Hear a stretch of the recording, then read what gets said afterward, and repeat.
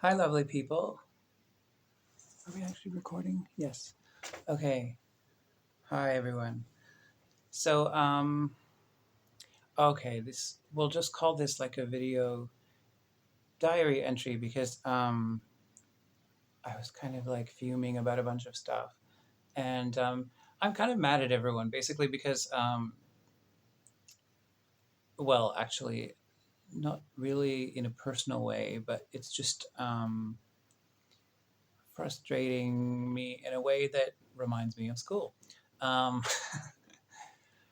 Okay, so there are various things I want to talk about. The main thing is ego, which is the fact that, like, the point of diversity is for us all to develop and expand and learn from each other and enjoy the splendor of life and beauty. And the problem where it becomes sort of abused or misused is where people are so um, entrenched in their identities and their diversity and their idea of who they are, and they get into this kind of competitive mindset about which particular culture is more beautiful or more special. Uh, Now, when I look at things like genocides happening and or whatever you want to call it, abuse of human rights, the reason the word genocide is applied is because we're making one group of people very particular and very special, and another group of people very particular and very special. And the truth is that the bottom line is that children are being blown up, um, no matter what their identity is, and that is unconscionable. Now, I want you all to think about the fact that, like, there's a consequence to taking your identity too seriously, no matter what it is, which is that, the Mother Nature or God or the powers that be may just decide to remove culture and art. And if we're going to use these things to fight, then we don't get to keep our toys. And, imagine a world without the pyramids and the Iliad and the Acropolis and Stonehenge and the Bible and the Mabinogion, the Kalevala, like the Vedas. I mean, because at a certain point, it's like it becomes ridiculous for humans to get so proud of their heritage that they're killing babies over it. And and I mean, like Mother Nature might just decide to wipe away the mandala because essentially life is a Tibetan sand mandala. I don't know if you've seen those that exercise that Buddhists do where they create a design out of sand and is really, really intricate and elaborate and huge and beautiful, and then they wipe it all away. And it's to show the transience of life and the um, ridiculousness of pride in beauty. Um, yeah. And I mean, if you look at places like Israel and Palestine, the Holy Land is not so holy if that sense of sacredness is creating so much contention, then at that point it's like, no, it's not that holy. It's not. It should really be denuded of that status. I think once babies are getting blown up on a certain area of land, it forfeits the right to be called sacred. Anyway, yeah. So what am I talking about? Oh, yeah. So there's this whole thing on Twitter about genocide and whether Marianne Williamson can say the word genocide or not. Um, I kind of get why she's a little resistant in the sense that like there has been a trend in progressive culture to use certain syntax for things, and if you don't use it, then you don't understand the issue. Look, y'all, just because you can pronounce the words apartheid state or the words proxy war or the words genocide, it doesn't mean that you understand the issue. Understanding the issue means you understand the issue.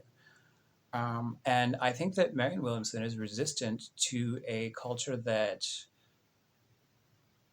requires you to get under the banner and adopt the terminology in this very conformist way because it prevents you from actually understanding the issue in a way that is nuanced. You know, people very easily think that once they have adopted all the trappings of progressivism, that then they are, they passed the crash course and they've stopped thinking. That it leads to lazy thinking. That's the trouble. They stop thinking about the humanitarian issues, which is why Marianne Williamson is just herself and approaches it in the most organic way. Now, Marianne Williamson has issues. Um, she has an ego. She does. And it's unfortunate that every time she comes around to an issue, it's when it relates to her. So, like, Medicare for All, it was after the rotator cuff surgery that she began to see the issue. And then Julian Assange, when media blackout applied to her, then she saw it. Now, if you think that Dean Phillips or RFK have less of an ego, you've got another thing coming. But because, like Marianne Williamson, the spiritual ego is massive. It's a mother of an ego. But spiritual people have done work on their egos. They have self-reflected. They have checked themselves, which I believe that Marianne Williamson and Dr. Cornel West have done. And I think that in the case of RFK and Dean Phillips, Dean Phillips, I don't know, he said some stuff on Twitter that was kind of reflective, but generally businessmen and senators are not people who check themselves and check their presumption of rightness. Just because, like, it's very easy to think that you're right in a situation just because it's the situation that you're in. So your ego kind of validates itself by default.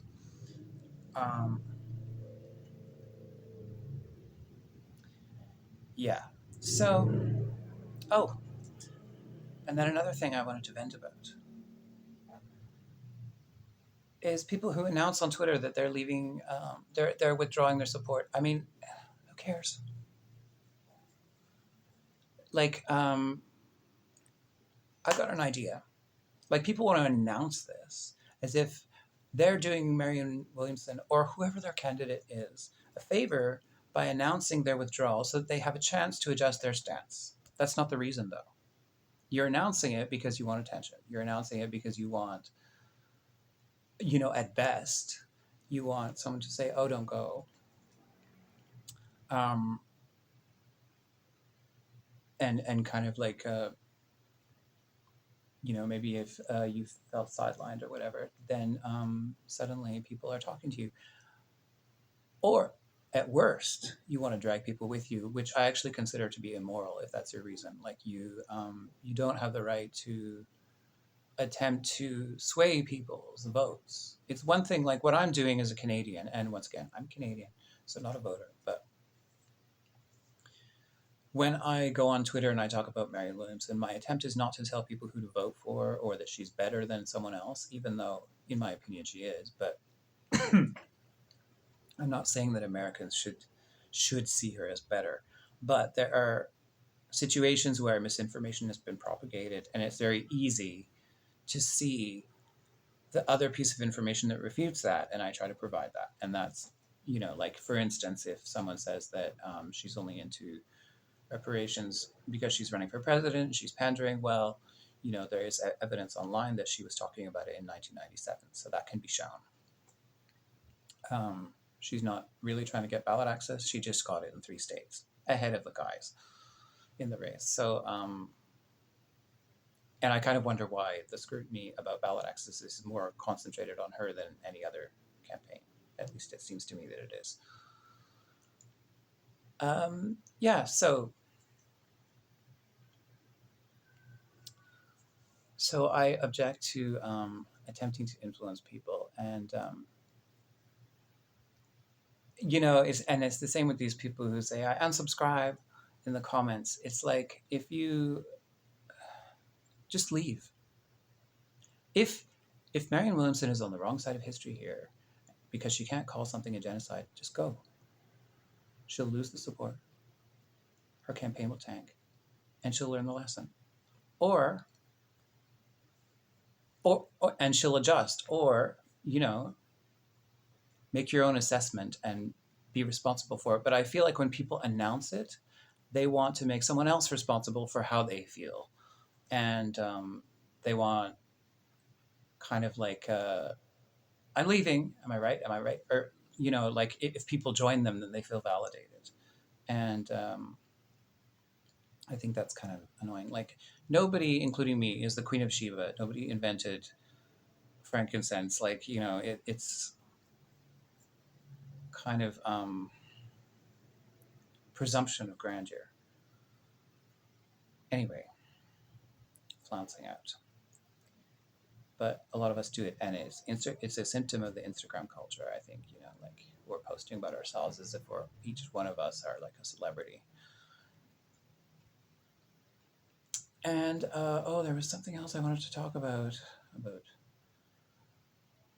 Marianne Williamson and the ballot access, and I think I've forgotten what it was. Oh well. Yeah. So, is it a genocide? I mean, look, I was saying to someone on Twitter, there is an school of thought which Marianne Williamson is less part of than someone like Abraham Hicks.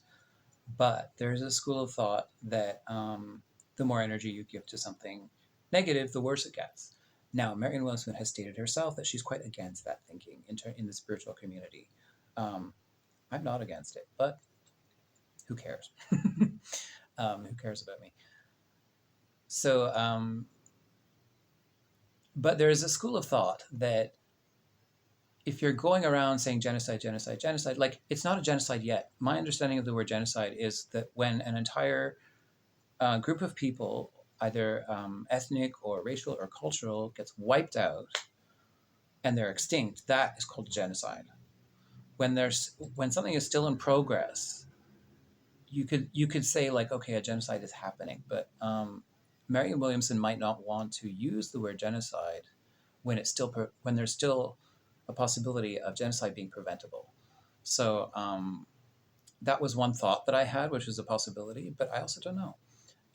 Maybe she just doesn't like the word, or she thinks it sounds kind of violent, or maybe she has romantic notions about the Holy Land and she's a Zionist and whatever. I don't know.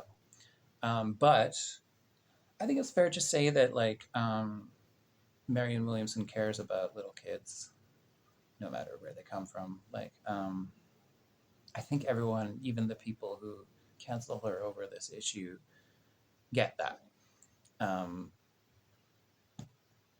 And I don't think that any of the other men's in the race who might be capable of using the right terminology necessarily understand the humanitarian issues as well as Marianne Williamson does. That's all I really wanted to say about that. And she has a knee-jerk reaction to tribal progressivism, which is like, you must say genocide to be in our club. You must say apartheid state to be in our club. You must say proxy war to be in our club. You must wear the suede jacket to be in our Mean Girls group. Like, it's that kind of reaction, and I think that was also where I was reacting to it, which is kind of like, the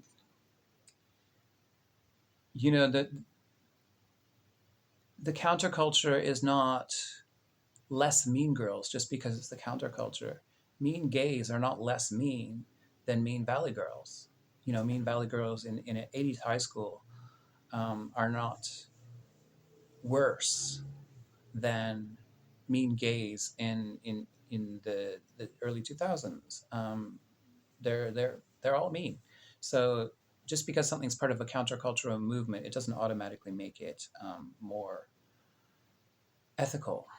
Uh, it can be fun, it can be interesting, and certainly when something is new and it's a minority and it's a novelty, it's a lot more pretty.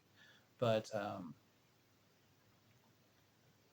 but you know, someone who's running for president has to think of the whole spectrum. Anyway, that's such a tangent. So, okay, that's the entire rant. I think I'm done with that. And when I was thinking about it in my head, I was a lot more heated, and I just kind of got tired in the middle of talking about it. Anyway, love you all. Bye.